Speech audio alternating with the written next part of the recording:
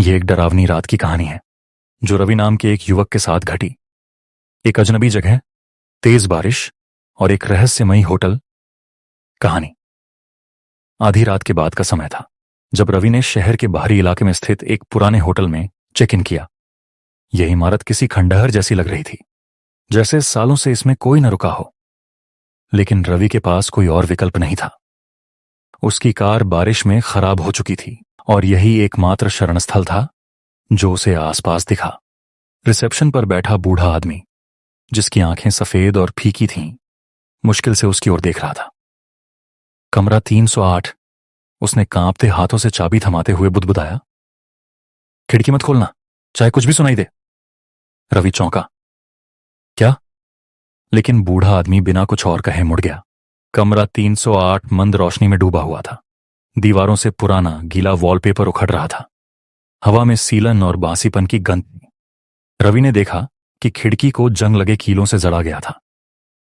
अजीब है, वह बुदबुदाया, लेकिन ज्यादा ध्यान नहीं दिया।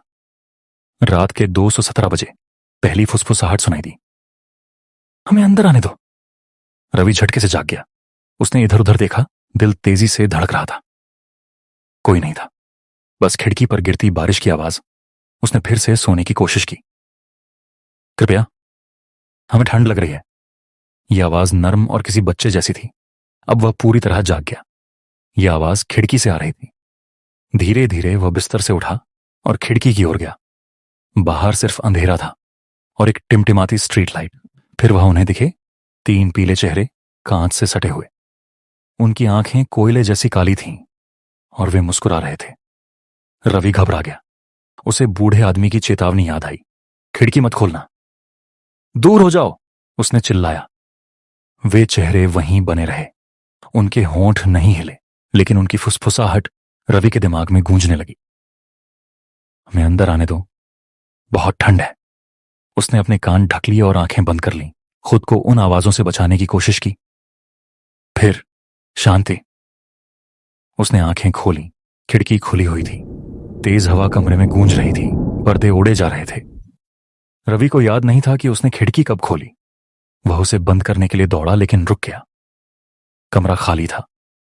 ना फुसफुसाहट, ना चेहरे, लेकिन फर्श गीला था। नंगे पैरों के छोटे छोटे निशान खिड़की से उसके बिस्तर तक जा रहे थे। वह धीरे से मुड़ा। वे अब बिस्तर पर बैठे थे, तीनों पीले चेहरे, मुस्कुराते हुए।